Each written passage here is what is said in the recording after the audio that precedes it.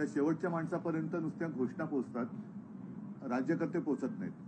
आणि तुम्ही तिथूनच सुरुवात केली.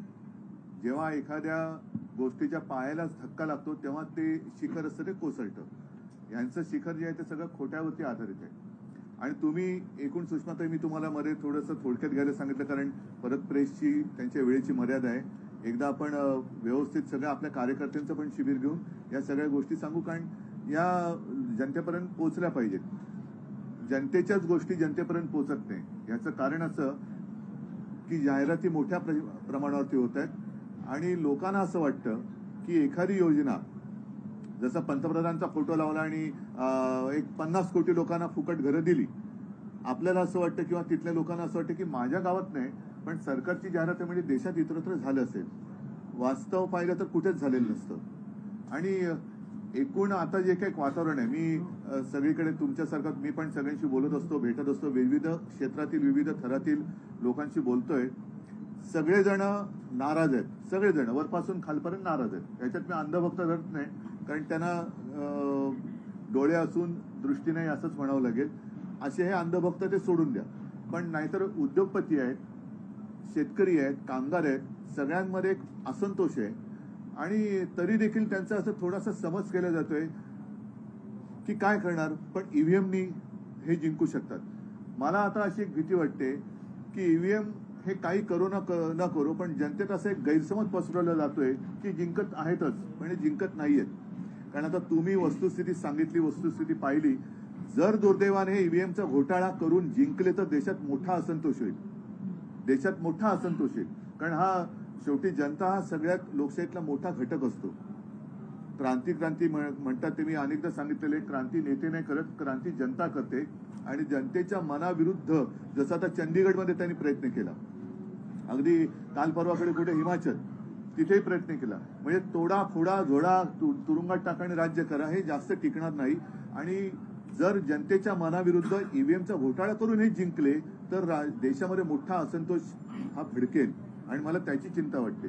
आणि म्हणून मला असं वाटतं की आपण जनतेच्या सोबत आहोत, जनतेला आपल्याबद्दल विश्वास आहे. ते फार मोठं आपल्या आयुष्यातलं भांडवल आहे. एकूणच काल सगळ्यात आधी भारतीय जनता पक्षाने मला वाटतं की 95 का 155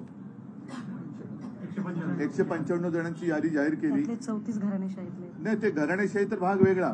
पण मला एका गोष्टीचं मोठं आश्चर्य वाटलं की अगदी सुरुवातीच्या काळात, म्हणजे खरंच सांगतो तुम्हाला, मोदीजी असतील, अमित शहाजी असतील, यांची नावं सुद्धा मी जेव्हा ऐकली नव्हती त्यावेळेपासून मी नितीन गडकरींचं नाव ऐकलंय आणि त्यांच्यासोबत काम केलेलं आहे. भारतीय जनता पक्षाचा एक निष्ठावंत कार्यकर्ता आणि त्यांनी शिवसेना प्रमुखांचं जे स्वप्न होतं मुंबई पुणे रस्ता, हे विक्रमी वेळेत पूर्ण करून दाखवलं. अशा माणसाचं नाव पहिल्या यादीत नाहीये, पण ज्याच्यावरती बेहिशोबी संपत्ती जमा केली म्हणून आरोप केले होते त्या कृपाशंकर सिंहाचं नाव आहे. ही आजची भारतीय जनता पार्टी आहे. आणि अशी जर का लोक जर उद्या त्यांच्या विजयाची छाती ठोक गॅरंटी, आता काय झालेलं आहे, या गेल्या 10 वर्षात अनेक शहरांची, अनेक योजनांची, जुन्या योजनांची नावं पण बदलली, ती पुन्हा त्यांच्या नेत्यांच्या नावानुसार केली. काही रेल्वे स्टेशनची नावं बदलली, काही शहरांची बदलली. तसंच मला असं वाटतं की आता जुमलाचं नामकरण गॅरंटी झालेलं आहे. पूर्वी ज्याला आपण जुमला म्हणायचो त्याला आता यांनी गॅरंटी असं नामकरण केलेलं आहे. तर ह्या जुमलेबाज गॅरंटीच्या विरुद्ध जनता मला नाही वाटत पाठी जाईल. आणि तुम्हाला खरंच मनापासून धन्यवाद देतो, कारण तुम्ही आज इकडे आलात. हा काही साधा प्रवास नव्हता. तुम्हाला सुषमाताईला मी आधी सांगत होतो की सुषमाताई तुम्ही पायी वगैरे चालू नका, जा सभा घ्या, पण झोपड्या पण टाका. पण त्या झोपड्यानंतर काढल्या की आता नाही तर तिकडे लोक परत राहिले. आणि नाही, तुमच्या झोपड्यांची पुन्हा जाहिरात व्हायची, प्रधानमंत्री आवास योजना. देखो सुषमाताई को घर दिया की नाही दिया. तर ही वस्तुस्थिती तुम्ही केली आणि त्यांना त्या लोकांना धीर दिला. नाहीतर असहाय्य लोक आहेत, त्यांच्या सहनशीलतेचा अंत होण्यापूर्वी त्यांना आपल्यासाठी लढणारा कोणतरी आहे हा विश्वास तुम्ही दिला, त्याच्याबद्दल तुम्हाला खरंच मनापासून धन्यवाद देतो. आणि मला खात्री आहे हा सगळा प्रवास हा केवळ तुमचा नाहीये, तर आपल्या भारतीय लोकशाहीचा प्रवास आहे. ही लोकशाही कोणत्या दिशेने चाललेली आहे, लोक काय म्हणतायत आणि प्रत्यक्षात काय होते. तर हा प्रवास फुकट तर नक्की जाणार नाही. आणि ज्या ज्या गोष्टी तुम्ही अनुभवल्या त्याच्याबद्दल मला एक माझं तर म्हणणं की एकदा तुम्हाला वेळ देऊन तुम्ही नीट सांगण्यात एक जिल्ह्याप्रमाणे एक टिपण करून द्या. साधारणतः मी तिथल्याच जाईन मी कारण मी ते जाहीर सभेत विचारतो की आपण केलेली कर्जमुक्ती शेतकऱ्यांना विचारतो तुम्हाला मिळाली की नाही, संकटाच्या काळामध्ये केलेली मदत तुम्हाला मिळाली की नाही, कारण मी खुल्ला विचारतो. तर ते सगळेजण सांगतात. आणि नंतर आता आजच सकाळी मी बघितलं नितीन देशमुख पण आपले एक यात्रा करतात अकोल्यामध्ये. त्यांच्या सभेत एका शेतकऱ्याने ओरडून सांगितलं की आपल्या यात्रेमुळे आम्हाला अमुक मिळालं. तर ह्या यात्रा आणि जनतेचा रेटा हा खूप मोठा असतो. त्याच्यासमोर किती मोठा हुकुमशहा असला तर तो टिकाव धरू शकत नाही आणि तो यावेळेला टिकणार नाही मला खात्री आहे.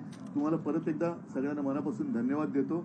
आणि आता हा एक पायी प्रवास केला, आता हा असा प्रवास आपल्या महाराष्ट्राचा दिल्लीच्या दिशेने आपल्याला करायचा आहे. त्याचा काळातून धन्यवाद.